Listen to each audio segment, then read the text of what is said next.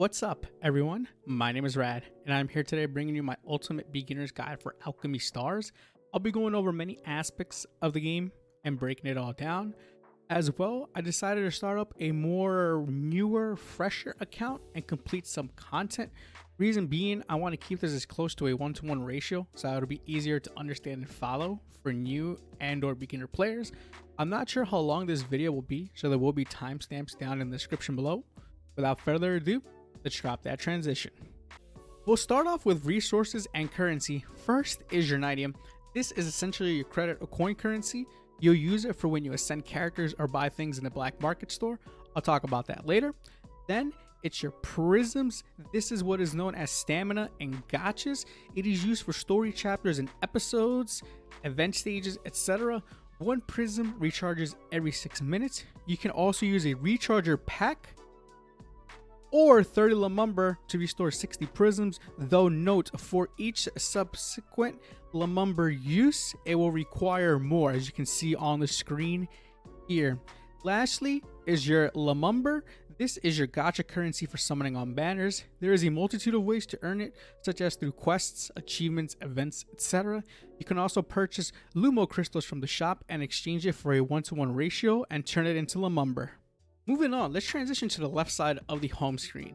First icon is your friends list. Here you can add or find friends and also message them. You can add up to or blacklist 50 friends and or individuals. Next up, Aurorian messages. Here you are able to message back and forth with the Aurorians you have acquired. It's really cool dialogue and it has a sense of building friendships with them. After a certain amount of replies back and forth, you can earn affinity for them, which is basically like a trust rank. If you're familiar with Arknights, you'll know what I'm talking about. Then it's your mail. You are able to collect all kinds of rewards from either maintenance, events, monthly passes, etc. Do remember there is an expiration date to them. If you do get prisms, which is the stamina, and you don't need to use them immediately, then save them for events as they usually provide the best rewards for them. Also, most mail, not all, will have a 30-day expiration deadline. Apparently though, one of these specifically has a 1800-day expiration thing. Kind of wild. Next up is your notices and events tab. Here you are able to read or catch up on current and or future events that are coming to Alchemy Stars. It ranges from character event banners to quests to community events, etc. Also at the very bottom, it'll take you to the code redeeming center. Here you are able to redeem codes. Currently you can redeem the code Alchemy Stars, which I will label it here like this: Alchemy Stars, for a reward. A reward. I don't remember which one it is. It's like 3,000 Knightium and something else. But yeah, just input this and you'll get a nice, cool little reward there. All right, we're gonna go back here, back. Then it's your settings tab. You can adjust your graphics, map style, volume, etc. Also at the top right is the help center if you need any type of support. Moving on to attendance. This is basically your monthly login. Log in for 30 days straight and you will earn rewards such as Knightium, Jaspers, resources, ascension materials, etc. They also have a long-term sign-in, which is right here. For this, you have to log on for an X amount of overall days and you'll obtain some rewards. It mostly consists of avatars, solar flares, and Knightium, with day 300 providing an Umbration antique shelf. Also, there's currently a special 8-day launch login event that provides some hefty rewards as well. Lastly is your background changer.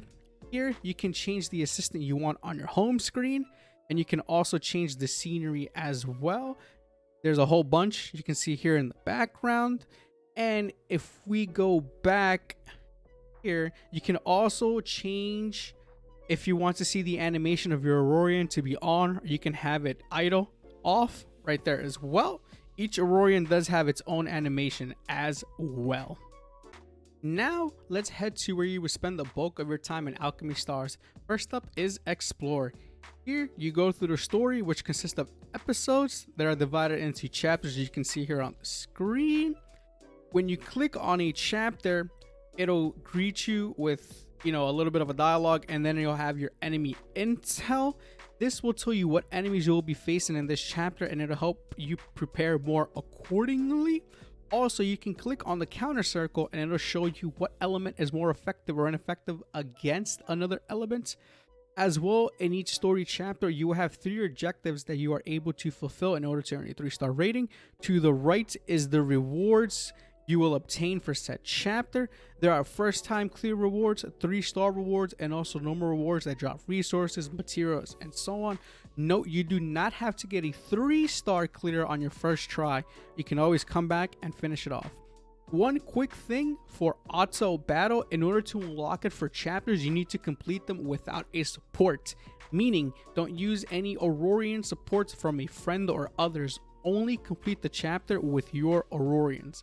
Upon completing a certain amount of chapters or a full episode with 3-star ratings, you can claim chapter rewards.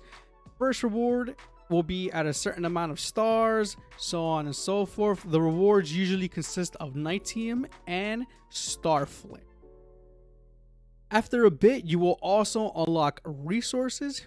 Here, you are able to farm resources such as Aurorian upgrades, Nitium, Colossus materials, and equipment materials. I recommend getting 2 and clearing up to episode 2, chapter 12 as quick as possible in order to farm out Colossus materials to build it up faster. I'll talk about the Colossus in a little bit as well. On this account and on my main account, I've only gotten up to episode 3, chapter 5, so I'm not sure what secret territory, extra chapters, and Spire are, so my apologies for that. Moving on to the quest tab. Quests consist of 5 different things. First up, dailies. Here you complete certain tasks daily that are quite easy in order to earn activity points. Upon reaching 20, 40, 60, and 100 points, you can obtain rewards. Here I already have 2 tasks done, so I'm going to claim it just to show for certain purposes. 3 tasks done actually, and I'm going to be able to obtain the final bonus package, which is 30 Lumumber and 10 Hearthstone. I believe this is used for Ascension, if I'm not mistaken. Don't quite remember though. So it's pretty nice, pretty easy, pretty chill, pretty relaxed as well. Next up is the plot. Here you can claim rewards after completing story stages. Rewards vary from stage to stage. That's about it for this though. There's not really else much to it. Moving on to branch. Branch basically has tasks that you can complete in the short or long term.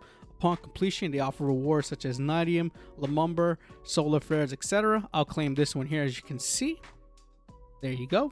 Continuing on to growth. This is currently time limited.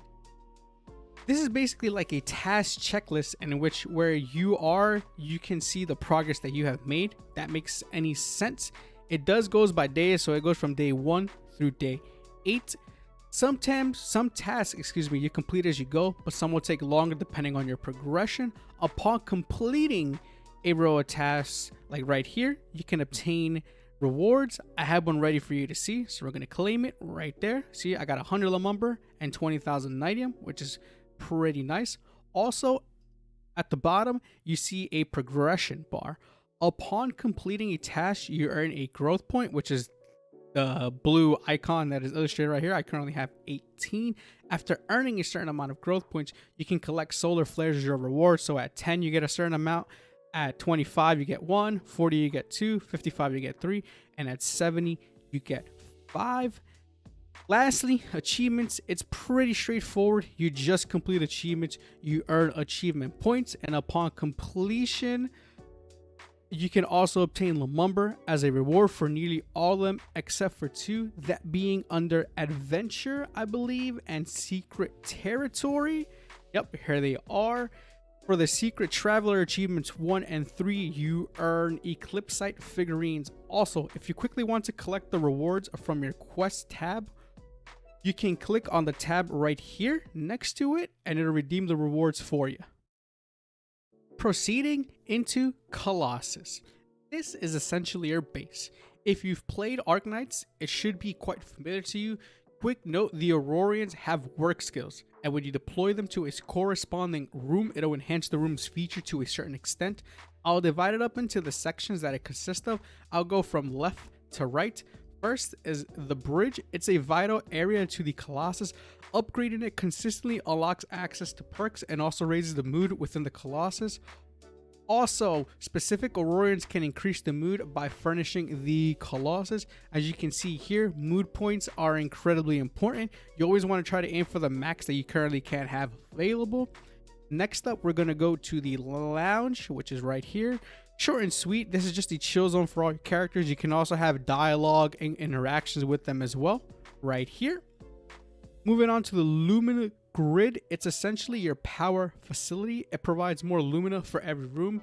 The higher the level it is, the more areas you can have powered up, and the more you have it, you can also increase the firefly recovery speed here as well. And as you can see, certain Aurorians are very fond of fireflies and can further speed up firefly recovery rate. That's a work skill for certain Aurorians. Continuing though in the Colossus is the bread and butter, I would say, which are the workstations.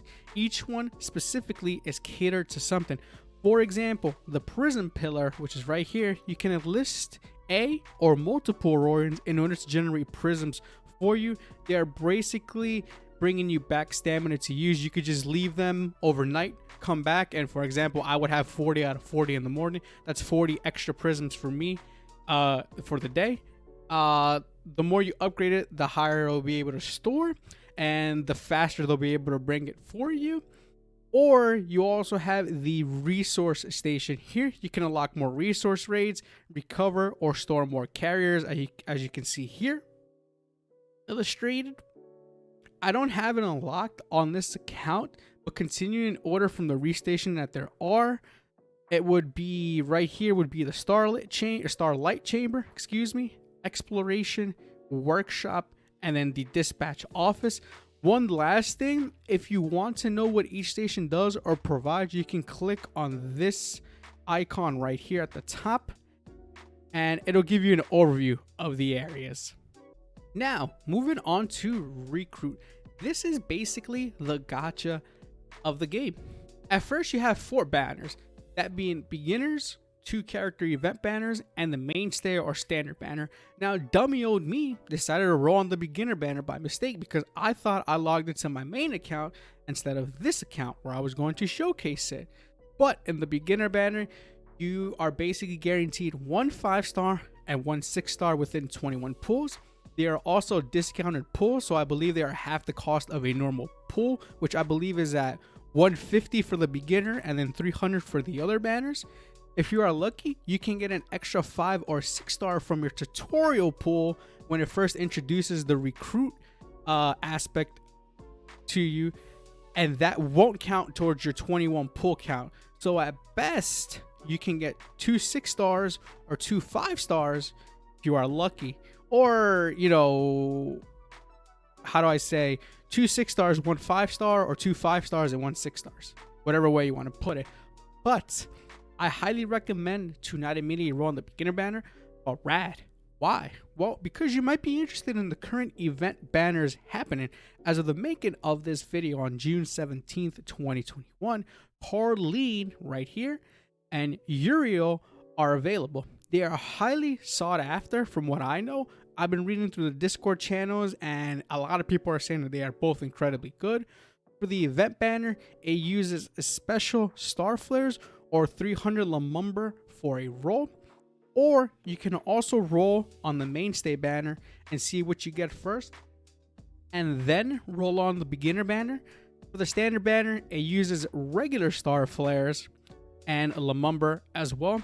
Also, if you are interested about pities and such, make sure to check the information down here, as well as it'll provide a very good explanation and it'll be more clear. Though there is a lot to read, it's definitely good to read it just so you can understand how it works. My quick thoughts though on rerolling: if you have an emulator and have a multitude of time and you're playing consistently, let's say for like the first week, then go for it. But to be honest, to the casual player or a player that can't put in as much time, I would recommend just proceeding with what you get and then just roll or save up for characters you like to get in the future. I say it's better to use the time to make overall progress as opposed to spending days on re-rolling. That's just my opinion though. Now, moving on to the bottom section of the home screen. First, profile.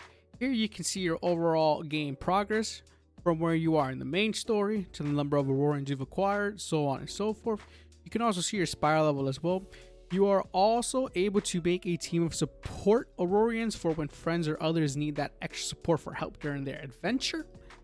Also, I haven't progressed too deep into the game in this or my main account, so I can't comment on what OTU is, so my apologies for that. Moving on to warehouse. This is just essentially your storage. You can see how much of either currency, resources, or material you have. Next up, Illustra. Under personal intel, you can catch up on the history of factions as you can see here, and lore of characters as well. In CG files, it's basically just the cutscenes you've unlocked in the main story. If you haven't progressed that far into the main story, you won't have some of them unlocked. Then the soundtrack, you can listen to the game's awesome music tracks here. Lastly, recap. It basically gives you a synopsis of the story chapter and text, as you can see right here, so on and so forth. Moving on to formation. Here you are able to form and set up your squads for use. You can have up to 5 Aurorians in a squad. You can create up to 4 different squad formations, as you can see down here at the bottom. 1, 2, 3, and 4. From left to right is the order they appear during combat. The first person on the left is your captain. They are the one that will be dispatched first upon entering a task, mission, story chapter, whatever it is you want to call it, event stage. There's a lot of things. At the bottom, you can also rename the squad name if you'd like. Finishing off is Aurorian. Here you can view the collection of Aurorians you have obtained. By selecting one, it'll bring up their profile. It displays their class, as you can see here. Felishai is support. It also showcases their level, their elemental attribute, etc. You can upgrade Aurorians here as well with Jasper experience to increase their level. If you have the corresponding elemental Jasper of the same type, it'll provide an extra 50% experience, as you can see here. Upon reaching max level, you can do an ascension as well. This is basically a limit break so that they can push past the current max level they are at. It'll require Nidium and specific ascension materials as well. You can click or tap on the material to see which episode and chapter you can farm them on. Then there is breakthrough. This basically is just enhancements to either skills or stats. Lastly is equipment. You'll need to ascend a character once to unlock this feature. I haven't gotten that far yet, even on my main account, because I haven't had the need so far, but I'm assuming you just put an equipment on characters or equipments, you know? So yeah, that's basically my explanation of it. Last section here is the store. Under gift packs, you can buy the monthly pass, recruitment, and special training kits. For recharge, this is your top up. You can purchase Lumo crystals, and when you do it for the very first time, you will receive 2 times the amount. After that, it is just as is. Like I mentioned earlier, 1 Lumo crystal can be exchanged to 1 Lumumber. Now, redeem, this is basically your exchange shop. You can exchange certain currencies you've earned for rewards. There is your Star Gem Store, your Star Store, and your Lumumber Store. Same thing for Mystery, except you have the Black Market, which you can use your Nidium on to buy rewards. Sometimes there are discounts as well. And your Secret Store, which requires text fragments as its exchange currency. Top picks is just the best recommendations they offer to buy. So that's basically it. My apologies for this being a long video. I wanted to be as in-depth as possible, so hopefully it'll help some of you beginner, fresh, or new players out. If you enjoyed today's video, please consider subscribing. Definitely would appreciate that. Also rate me a thumbs up or thumbs down if you liked or disliked the content today. All constructive criticism is welcome. My name is Rad. You're all awesome. See you later.